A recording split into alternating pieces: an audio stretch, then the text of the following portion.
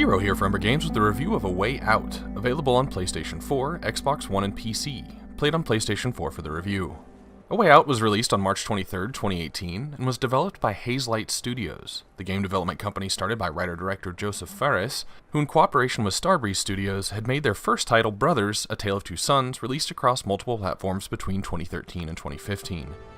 A Way Out tells a story of two men whose lives become entangled when they meet in a very Shawshank Redemption-feeling prison and try to find a way out. Obviously, I don't want to say too much more because the plot and set pieces of this game and the narrative twists and turns are some of its best selling points, so let's just jump straight into mechanics. A Way Out has to be played two-player.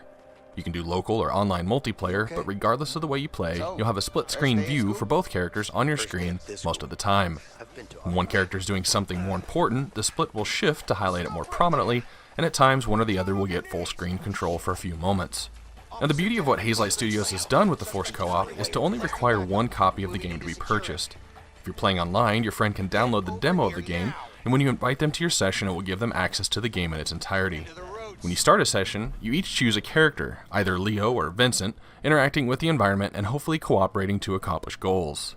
So as you've likely seen from any footage of the game, it's been sold as a prison break game. A Way Out is structured in chapters, so the pieces and events necessary to your escape, while often providing a couple paths to that objective, remain fairly linear.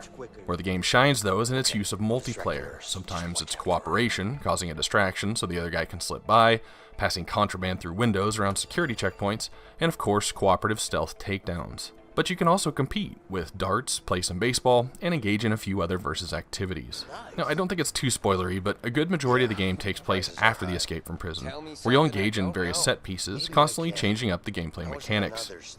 Your majority of interaction with the environment is walking around until something you can interact with is highlighted, and then pressing various buttons when on-screen prompts appear to manipulate it. Some of the more tense moments, including fights, have a timer where you have to press the button quickly, known as a QuickTime event, or QTE. Once we located some firearms, I was a bit afraid the game was going to try to go a bit too shootery, but it's not overdone and it provides some more good chances for interactive co-op, relying on the other player. Now, as often happens when we delve into a variety of quickly used game mechanics, some don't feel quite as tight, mainly speaking to the driving segments here, but again, the game just rotates things around enough so they never really have a chance to feel stale. One other fun part about this game is finding non-essential environmental things with which to interact. Finding a dartboard or a game of Connect 4, or even hijacking that baseball game from kids in a trailer park constantly had us searching the environment for these little tidbits. In fact, most of the game's trophies and achievements seem to be obtained through these. Now, again, to avoid video spoilers, I'm going to keep this review fairly short, but there was one section of the game that cinematically rocked our world.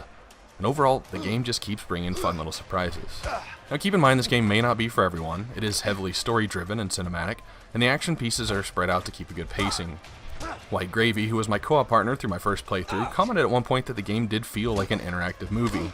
But the story was engaging and well written, and the dialogue and interaction between characters was well done about 90-95% of the time. Overall, the game took us about 7 hours to get through, and when we were done, we were interested in playing it again and trying other options, even though each decision was pretty self-contained without too much overall effect on the outcome. We did reload the last chapter, however, immediately to see the other ending we didn't choose the first time. Rated as a narrative adventure game, A Way Out receives an 84 out of 100 on my true 0 to 100 scale, where 50 is an average game. This is Jiro for Umbra Games. Thanks for watching.